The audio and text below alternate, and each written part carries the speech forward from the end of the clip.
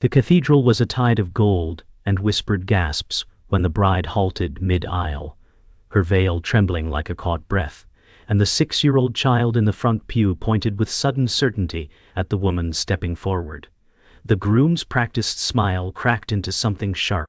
The newcomer, a woman of 30 with stern softness in her exhausted eyes, held the child's small hand and did not speak, letting the child's shouted, "Mom," reverberate through the vaulted space.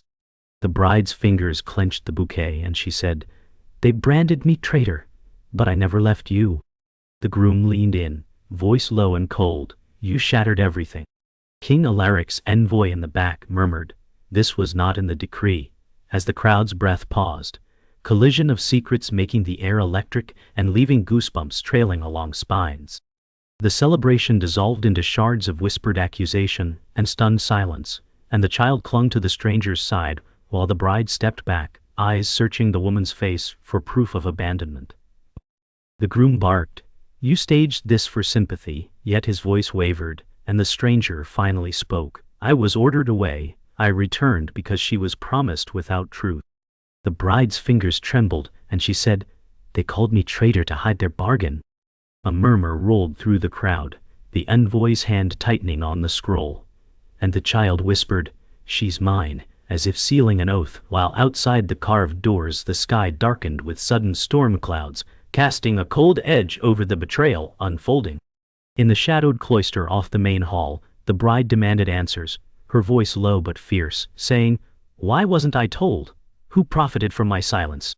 The stranger, her fingers stained with ink from secret dispatches, replied, "They threatened the child's safety and branded your family rebel. I fled to protect her, and they twisted it into treason."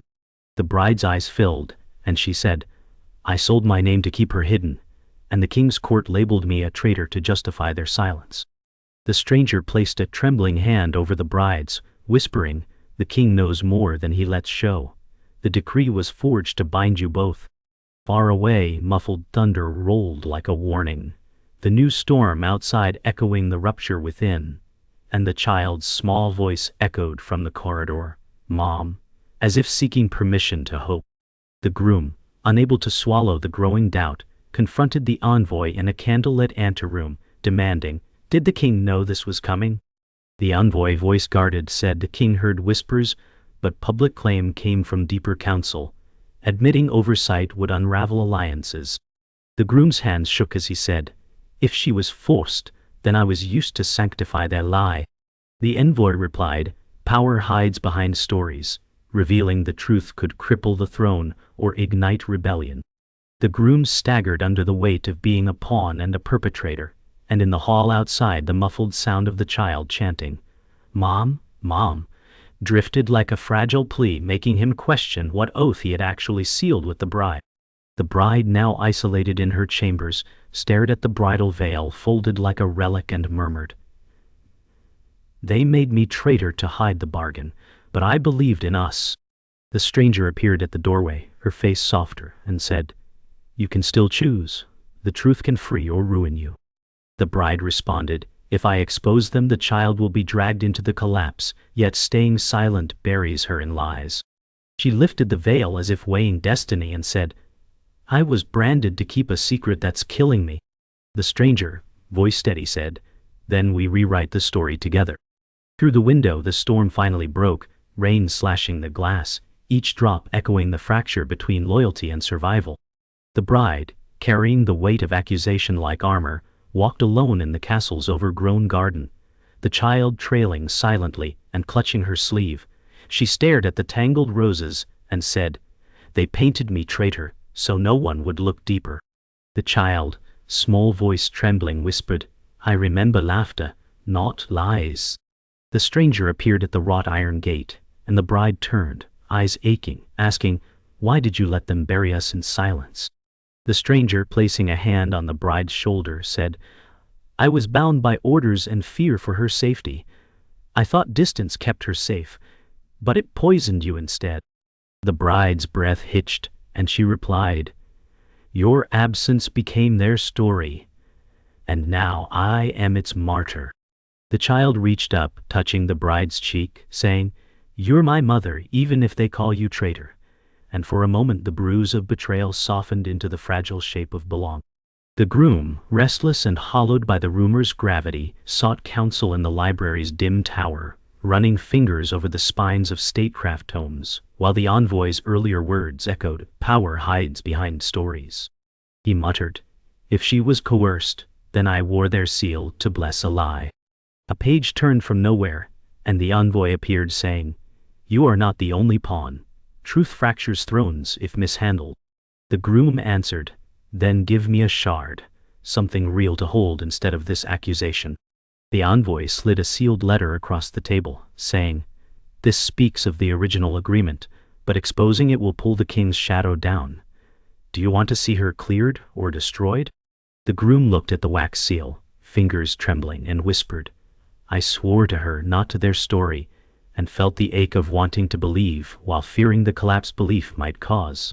The stranger moved through the palace archives at dawn, her steps echoing. Determined to untangle the forged threads, she found the keeper, an elderly scholar, and said, "I need the original decree and any annotations tied to the bride's exile."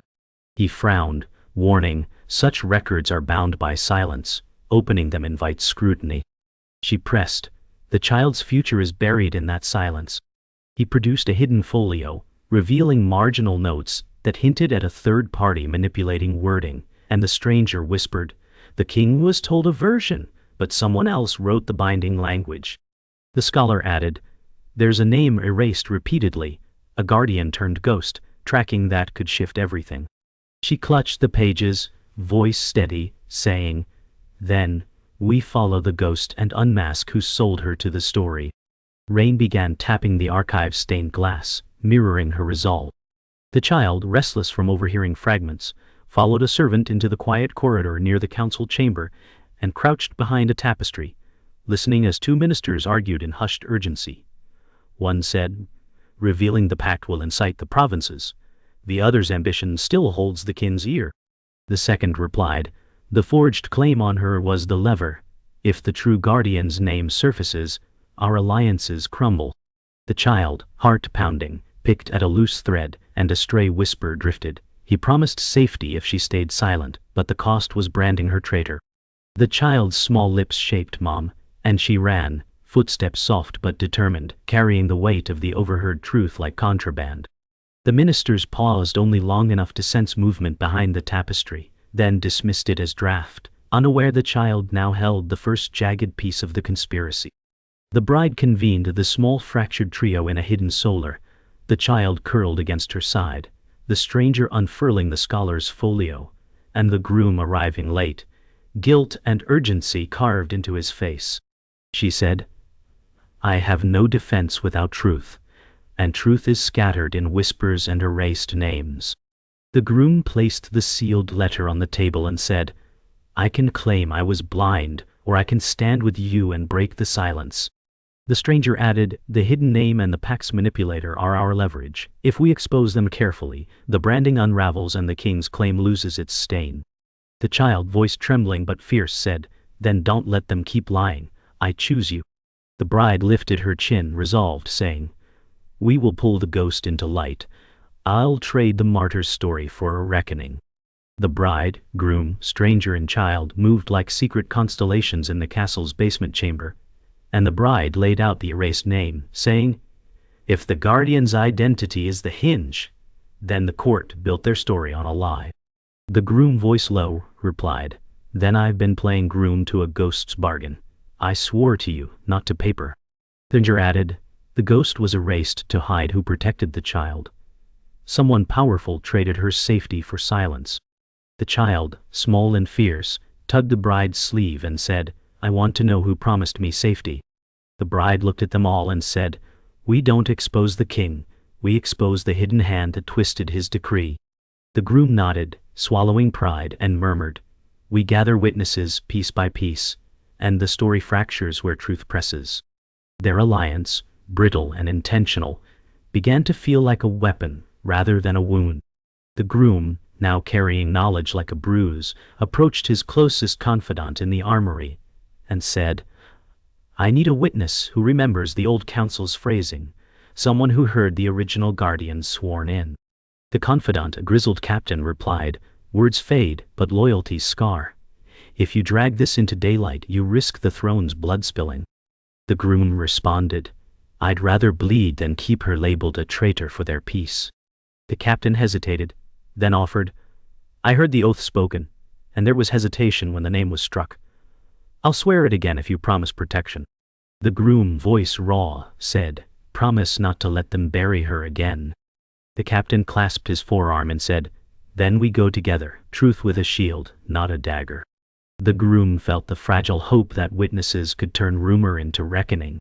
The stranger journeyed to a remote village where the harassed guardian's last known ally lived hidden as a herbalist. She found the aged woman bending over remedies and said, "You once swore to protect the child's lineage. The court erased your name and hers." The herbalist, hands stained with earth, whispered, "They stole my voice with threats and bribed silence with survival. I watched the branding from afar and could not speak."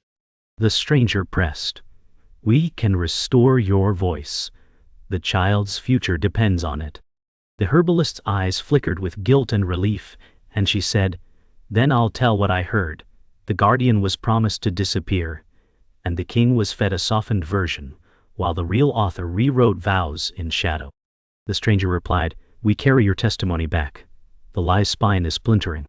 Rain-soaked fields framed their pact, the village wind carrying hard-earned truth.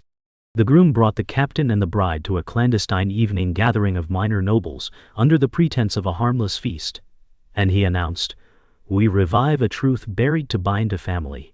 Who among you heard the original guardian's name erased?" A whispered ripple began as the captain recounted the halting oath, and the bride added the scholar's marginal notes. The stranger translating the herbalist's testimony, and one pale-faced baroness, voice trembling, said, "I saw the scribe hesitate and seal the alteration with trembling hand." Another noble, the king's distant cousin, murmured, "I was told the decree was settled, but I watched the way the king flinched when the name was spoken." The gathering's mood shifted from curiosity to guarded alarm, and the bride said, "We do not accuse lightly. We offer you the fracture point. Stand with truth or carry its weight alone." News of murmured revelations leaked like smoke, and in the royal court's public garden, the king's advisor confronted the envoy, saying, "The broken whispers reach even the provinces. What's the origin?" The envoy, brow furrowed, replied, "A coalition of the betrayed is gathering witnesses. They threaten the story that held the alliance together." The advisor snarled, "If the bride's name is cleared, the marriages and pacts resting on her disgrace unravel, and the throne's image fractures." The envoy said, "Then the fracture is already under pressure. We can choose a controlled reveal or the collapse when their hidden authors are exposed." The advisor's gaze drifted toward the distant spires where storm clouds gathered, and he muttered, "Containment will cost blood. The king must decide whether to crush or confess." "The envoy quiet," said the child's truth burns. "Delay fans the fire." The coalition moved with furtive purpose to the border town where a forgotten scribe lived in exile, and the bride said, "He wrote the alteration. His hand trembled when they ordered erasure." The groom added, "If he admits coercion, the scaffolding of their story breaks." The stranger cautioned, "He is guarded by those who profit from silence." They found the scribe in a cramped workshop, his fingers stained with ink, and the bride spoke gently, "We are here to give truth back its voice." The scribe, eyes hollowed by years of hiding, whispered, "They threatened my family, called it loyalty. The name was struck to protect them, and I sealed it with a lie."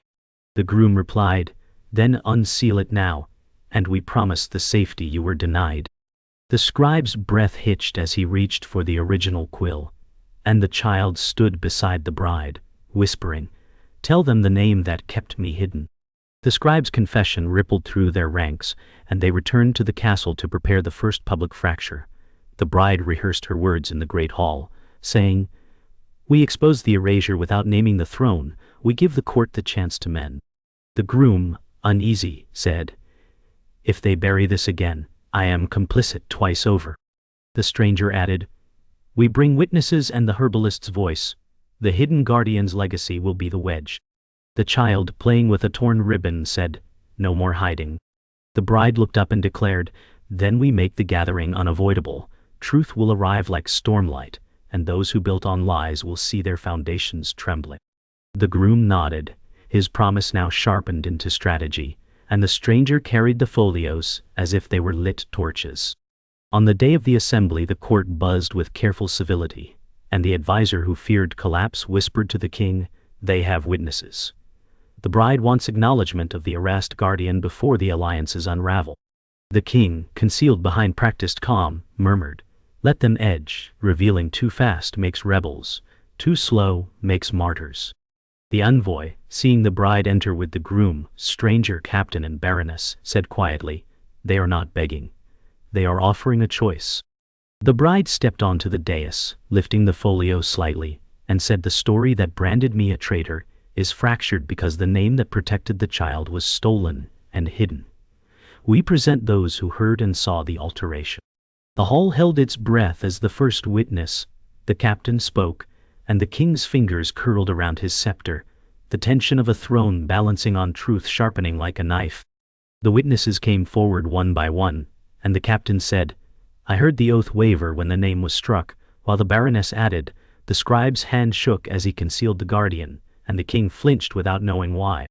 The stranger presented the herbalist's recorded testimony, and the bride said, "We do not accuse the throne. We reveal those who twisted its seal."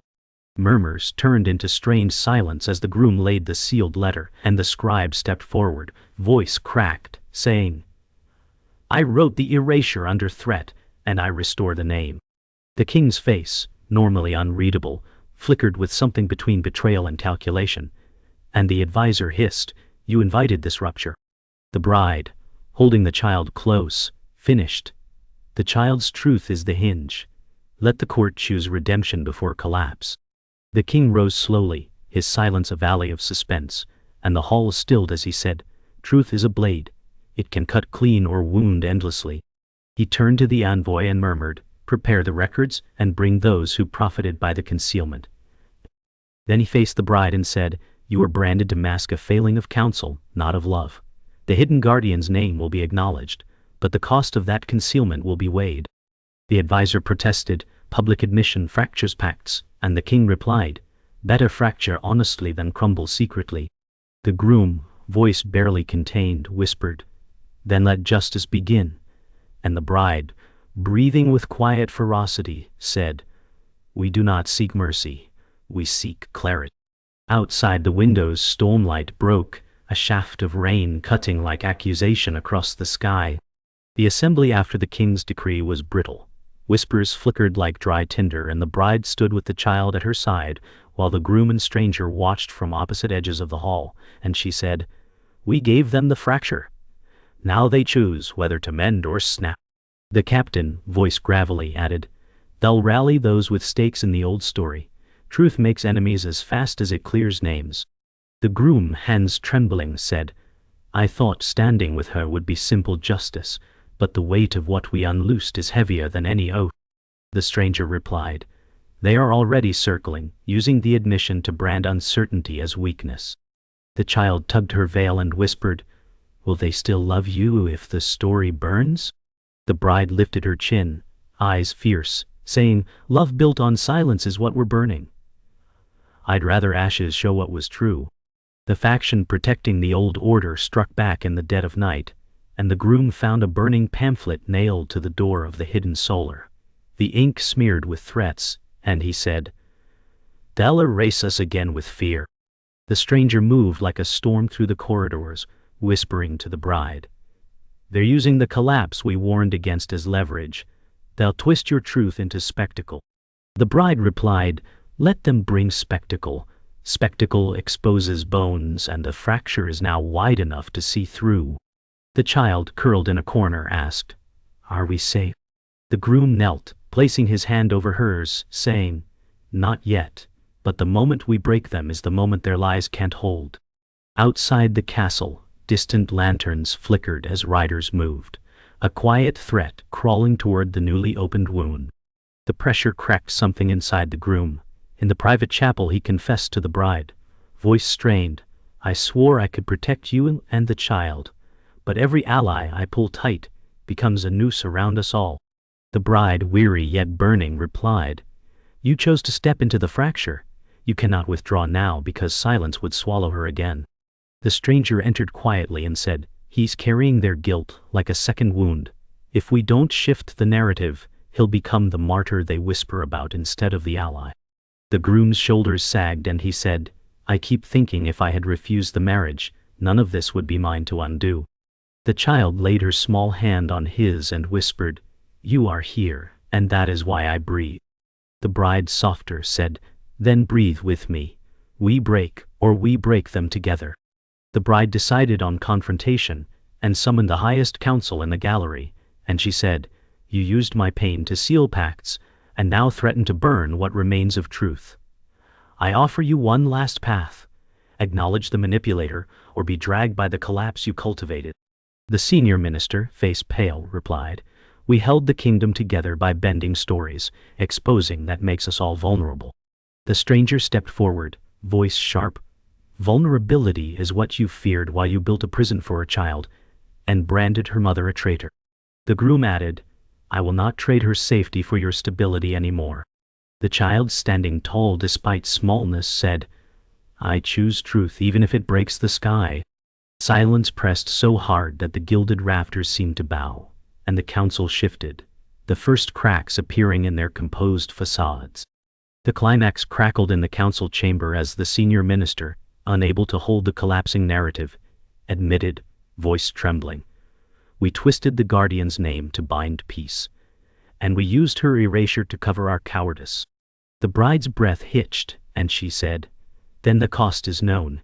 You can either rebuild with the truth's blood on your hands or fall with the lie. The groom stood, fists unclenching, saying, I will testify beyond witness.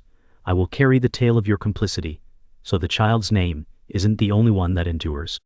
The stranger added, This is the hinge. You break free, or the palace devours you in silence. The child, small but unwavering, said, I'm not a secret anymore. The hall exploded into murmurs and stunned stillness as the old order finally began to splinter openly.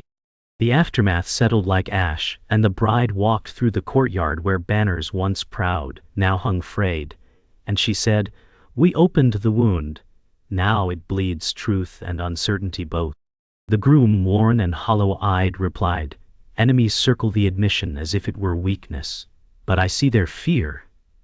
Truth roars beneath their stories. The stranger, voice sharp, said, They will offer false peace to paper over the fracture. We need witnesses publicly sworn, not whispered promises. The child tugged the bride's sleeve, asking, Will they come? The bride knelt, fingers brushing the cobblestones, and said, They will, because once you see the light, hiding becomes unbearable. We gather the remaining holdouts before they twist this again. A distant horn sounded, signaling that the old guard was mobilizing, and the alliance braced, not for surrender, but for the next strike.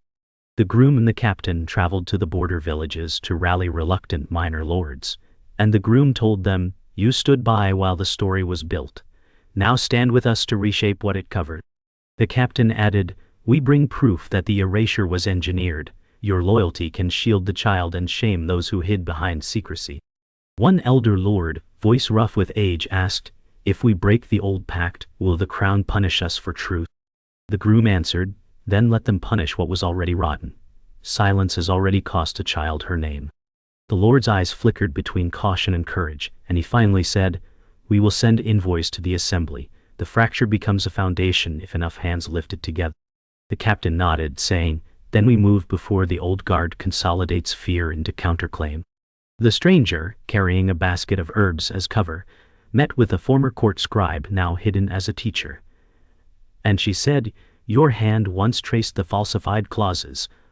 Undo the echo by helping us record the truth properly.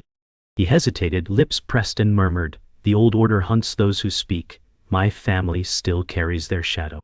She replied, The child's name is no longer whispered. We make it script that blinds their retribution. He took a trembling pen and began to copy the original erasure alongside restored testimony, saying, I'll risk their wrath if the truth is preserved in more than breath. The stranger placed a steadying hand over his, adding, "Then we send it through every channel. The lie will suffocate under the weight of its undoing." The wind outside rattled shutters, as if echoing the new record, setting loose a current that could not be dammed. Word spread like wildfire, and the court's attempts to steady it produced backlash. The advisor convened a secret emergency council and said, "They've turned allies into accusers, and the provinces now whisper support." The king, weary, answered, "Truth doesn't soften, it sharpens. Do we bury it again and risk contempt, or embrace it and invite chaos?" The envoy, standing slightly apart, warned, "The old guard plots a staged counter-reveal to reclaim narrative control. If we preempt with an honest campaign, the fracture becomes a reform." The bride's public proclamations, carried by new loyal lords, arrived as petitions, and the groom said, "We give them clarity before they seize confusion." The child's small voice, recorded in popular recounting, became a chorus line of insistence, "I am not the lie they sold." The council's silence broke into murmurs of strategy and fear. The moment of decision crackled in the public square when the king stepped onto the balcony with the bride and child beside him, and said, "I was told a story that bound my realm in quiet lies. Today, I choose fracture over false unity."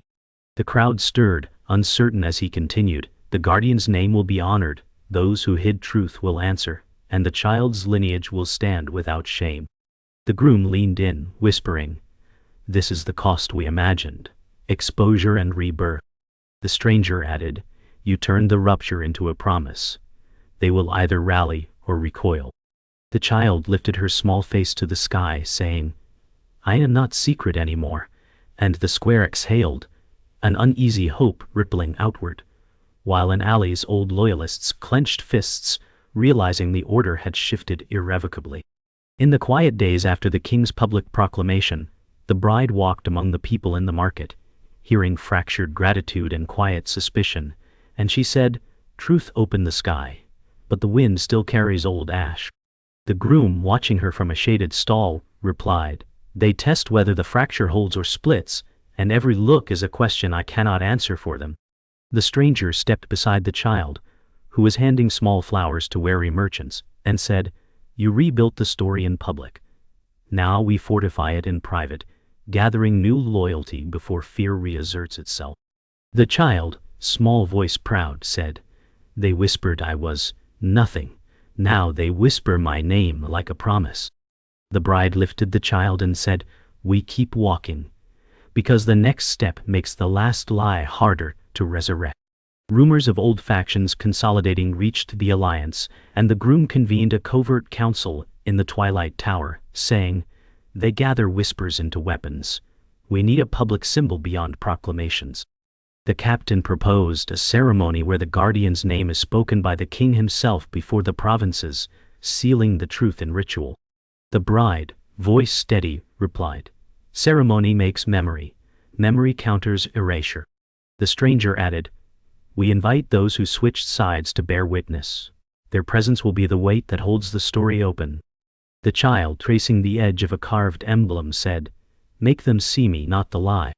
The groom nodded, saying, "Then we give them a day that can't be unspoken, and a name that won't be buried again." The chosen day arrived, and the public square swelled with expectation. The king, flanked by the bride and child, stepped forward to a raised platform and said, "Today we do not bury the past. We name it, so it cannot bury us." The groom, standing below, whispered to the captain, "If this falters, they will take the child's truth and twist it into martyrdom." The stranger watched the crowd shift from guarded to attentive, and the bride spoke, "The guardian who is erased gave safety and sacrifice. Her name is the promise that anchors our future." The king lifted his hand and spoke the name aloud, the sound carrying like a bell, and murmurs rippled into reverent silence. The child's small face broke into a stunned smile, and the alliance felt the fracture solidify into a foundation. The naming ceremony sent ripples. Formerly entrenched dissenters came forward carrying tokens of uneasy allegiance, and one elder noble approached the bride, saying, "I doubted, then watched how the truth held when lies collapsed, and now I offer my house banner beneath yours." The groom, surprised, replied, "We turned fracture into invitation." The stranger added, That is the true reveal. Those who once fortified silence now choose transparency. The child, holding the elder's hand, said, "You chose what's real." The bride, voice softening despite fatigue, said, "The twist was that power depended not on hiding the guardian, but on pretending she never mattered. Now, everyone sees who kept the promise." The gathering shifted. What had been a wound became a scar with new pattern, the future uncertain but shared. The final moment came in the quiet twilight when the bridegroom and child stood at the hill overlooking the kingdom, and the child whispered, "We survived the fracture and I have a name." And the groom, voice trembling with hard-won peace, said, "You were never secret. You were the truth they feared." And the bride, looking out over flickering village lights, said nothing, letting the silence carry the weight of all they endured. And then the child turned her toward the fading horizon and said,